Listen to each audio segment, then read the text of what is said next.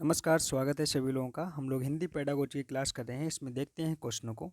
तो आज का पहला प्रश्न है, भाषा शिक्षण के संदर्भ में बाल साहित्य का उद्देश्य क्या है? तो आपसे पूछा गया है जो भाषा शिक्षण है, बाल साहित्य का उद्देश्य क्या होता है? ऑप्शन ए है बच्चों को उत्साही पाठक बनाने के लिए प्रोत्साहित करना, और ऑप्शन बी है बच्चों को साहित्यिक विधाओं से परिचित करवाना, और ऑप्शन सी है बच्चों को कौशल सिखाना, और ऑप्शन डी है बच्चों को भाषा के नियमों की जानकारी देना। तो यहाँ यहाँ पर आपका राइट आंसर होगा, बच्चों को उत्साहित पाठक बनने के लिए क्या करेंगे? बच्चों को प्रोत्साहित करेंगे। तो पहला ऑप्शन आपका राइट है। अगला क्वेश्चन है, संदर्भ में व्याकरण का शैक्षिक नितार्थ क्या होता है? तो ऑप्शन ए है पाठक के संदर्भ में व्याकरण जानना जरूरी नहीं है।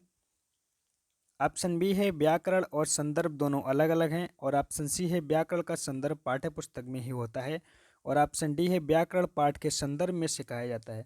तो यहाँ पर आपका राइट आंसर होना चाहिए डी पार्ट। जो व्याकरण होता है वो पाठ के संदर्भ में सिखाया जाता है। तो डी ऑप्शन आपका राइट है। अगला क्वेश्चन है, बच्चों को कहानी सुनाने की उपयोगिता सिद्ध होती है। ऑप्शन ए है कहानी से मिलने वाली ज्ञान विज्ञान की जानकारी द्वारा, ऑप्शन सी है कहानी से मिलने वाली सीख द्वारा, और ऑप्शन सी है कहानी कहने के तरीके द्वारा, और ऑप्शन डी है कहानी में गुथे हुए नैतिक मूल्यों के आधार पर। तो यहाँ पर आपका राइट आंसर होना चाहिए सी पार्ट, क्योंकि कहानी कहने के तरीके द्वारा क्या करेंगे? हम बच्चों को सिखाएंगे। ठीक है। अगला प्रश्न है, अवलोकन को आकलन का भाग तभी कहा जा सकता है जब अवलोकन ऑप्शन ए अनिवार्यता औपचारिक रूप से किया जा रहा हो, और ऑप्शन डी है बी है नियमित रूप से किया जा रहा हो, और ऑप्शन सी है प्रतिदिन प्रत्येक बच्चे का किया जा रहा हो, और ऑप्शन डी है लड़के लड़कियों का अलग अलग किया जा रहा हो। तो यहाँ पर आपका राइट आंसर होगा बी पार्ट। आकलन क्या होता है? अवलोकन और आकलन क्या होता है? नियमित रूप से किया जाना चाहिए। ठीक है। अनिवार्य तो नहीं होता। ठीक है। प्रत्येक दिन भी नहीं करेंगे, और लड़का लड़कियों को हम लोग अलग नहीं करेंगे। तो आपका बी ऑप्शन राइट है। अगला क्वेश्चन है, सुरभि किसी भी ऐसे शब्द विशेष को बोलने में कठिनाई अनुभव करती है जिसमें दो से अधिक बार ता की आवृत्ति हुई हो। आप उससे क्या उम्मीद रखते हैं?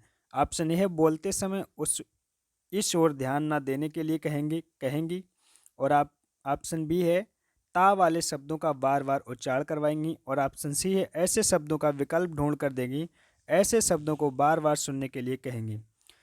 तो यहाँ पर आपका राइट आंसर होगा ए पार्ट, बोलते समय इस ओर ध्यान ना देने के लिए कहेंगी। ठीक है।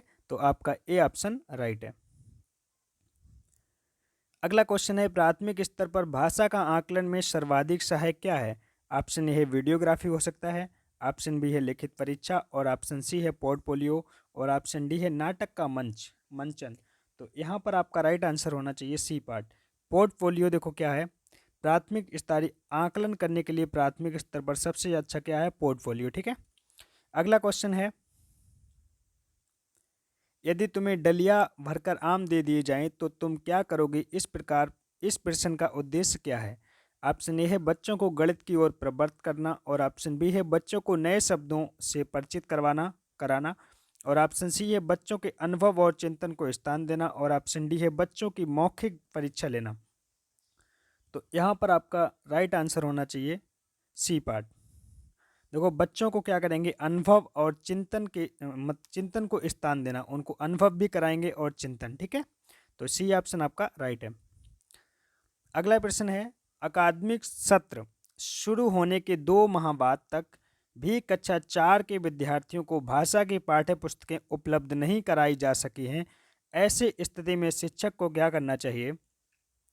ऑप्शन ए है श्रवण एवं वाचन कौशल का अभ्यास करवाते रहें, ऑप्शन बी है विद्यार्थी को पाठ्य पुस्तक अपने आप खरीदने के लिए प्रोत्साहित करें, और ऑप्शन सी है पाठ्य पुस्तक के उपलब्ध होने तक पाठन लेखन की प्रक्रिया आरंभ ना कराएं, और ऑप्शन डी है भाषाई क्षमताओं के विकास के लिए अन्य विषयों की पाठ्य पुस्तकों का प्रयोग करें। तो यहाँ पर आपका राइट आंसर होना चाहिए डी पार्ट। अगर किसी बच्चे ने किताबें नहीं आ पाई हैं तो क्या करेंगे? भाषाई क्षमताओं के विकास के लिए अन्य विषयों की पाठ्य पुस्तकों को क्या करेंगे? प्रयोग करेंगे। अगला क्वेश्चन है, भाषा शून्य में विकसित नहीं होती, इसका शिक्षक निहितार्थ है कि भाषा सीखने के लिए अनिवार्य है।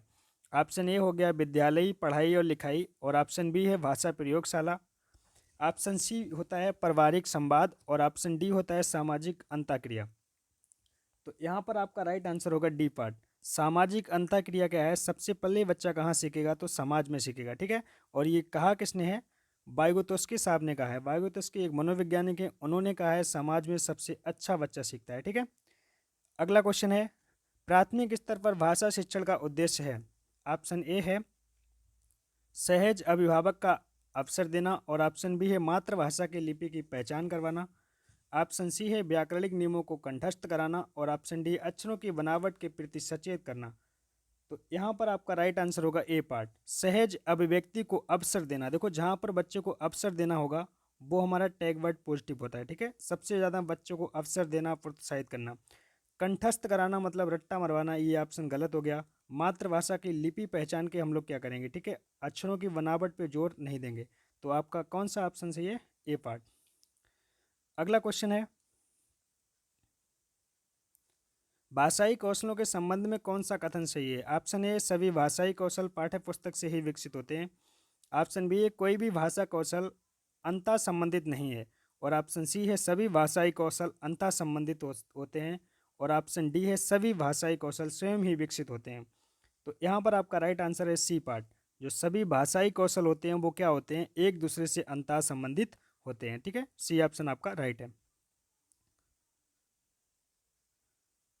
अगला क्वेश्चन है, पढ़कर समझना कुशलता का विकास करने में सबसे कम महत्वपूर्ण कौन सा है। तो आपसे नेगेटिव वाला पूछा गया है, सबसे कम वाला। ऑप्शन ए है कहानी को अपनी भाषा में कहलवाना, ऑप्शन बी है कहानी पर आधारित प्रश्न बनवाना, और ऑप्शन सी है कहानी का अंत बदलाव देना, और ऑप्शन डी है कहानी पर आधारित व्याकरण समझाना। तो यहाँ पर आपका राइट आंसर होगा डी पार्ट। तो कहानी पर आधारित व्याकरण समझाना ये चीज़ सबसे कम प्रभावी है, ठीक, क्योंकि प्राइमरी के स्तर के बच्चों को व्याकरण नहीं पढ़ाया जाता है, ठीक है। तो आपका डी ऑप्शन आपका राइट है। अगला प्रश्न है, निम्नलिखित में से कौन सा कथन प्राथमिक स्तर पर भाषा सिखाने के एक महत्वपूर्ण उद्देश्य की ओर संकेत करता है। ऑप्शन ए है भाषण, वाद विवाद और कविता पाठ में भाग लेना, ऑप्शन बी है भाषा को अपने परिवेश एवं अनुभव को समझने का माध्यम बनाना, ऑप्शन सी है गणित के पाठ्यक्रम के अनुरूप हिंदी में संख्याएं जानना, और ऑप्शन डी है संज्ञा सर्वनाम विश्लेषण और वाचन की शुद्ध पहचान करना। तो यहाँ पर आपका राइट आंसर होता है बी पार्ट, आपका बी ऑप्शन राइट है। भाषा को अपने परिवेश मतलब जो आपका घर है, परिवेश है, परिवार है, उसमें क्या करना, अनुभव को समझने का माध्यम बनाना है, ठीक है। तो आपका बी पार्ट राइट है। अगला प्रश्न है, भाषा सीखने में शब्दकोश का बहुत महत्व है। निम्नलिखित में से शब्दकोश का सबसे कम महत्वपूर्ण कौन सा होगा। तो आपसे यहाँ पर भी नेगेटिव वाला पूछा गया है। पहला ऑप्शन है किसी शब्द का समानार्थी शब्द जानना, ऑप्शन बी है किसी शब्द की सही वर्तनी जानना, और ऑप्शन सी है अक्षरों वर्णों का क्रम जानना, और ऑप्शन डी है किसी शब्द का अर्थ जानना। तो यहाँ पर आपका राइट आंसर होगा सी पार्ट, अक्षरों और वर्णों का क्रम जानना, ठीक है। ये चीज़ गलत है, तो आपका सी ऑप्शन राइट है। अगला क्वेश्चन है, जब बच्चे भाषा से भिन्न कोई विषय पढ़ते हैं तो वे क्या करते हैं। ऑप्शन ए है केवल अवधारणा ही बना पाते हैं, ऑप्शन बी है केवल विषय ही पढ़ते हैं, और ऑप्शन सी है साथ साथ भाषा भी सीखते हैं, और ऑप्शन डी है साथ साथ परीक्षा की तैयारी भी करते हैं। तो यहाँ पर आपका राइट आंसर होगा सी पार्ट, साथ साथ भाषा सीखेंगे। जब हम बच्चे को कोई अगल विषय पढ़ाएंगे तो साथ में वो भाषा भी सीखेंगे। देखो केवल आ गया, ये हमारा नेगेटिव टैग वर्ड है, इसको हटा देंगे, केवल वाला कभी आंसर राइट हो ही नहीं सकता, ठीक है। तो ऑप्शन सी आपका राइट हो गया। आज के लिए इतना ही। वीडियो अच्छी लगे तो लाइक कर देना दोस्तों, चैनल पे नए हो तो सब्सक्राइब कर लो। जय हिंद दोस्तों, मिलते हैं अगली वीडियो में।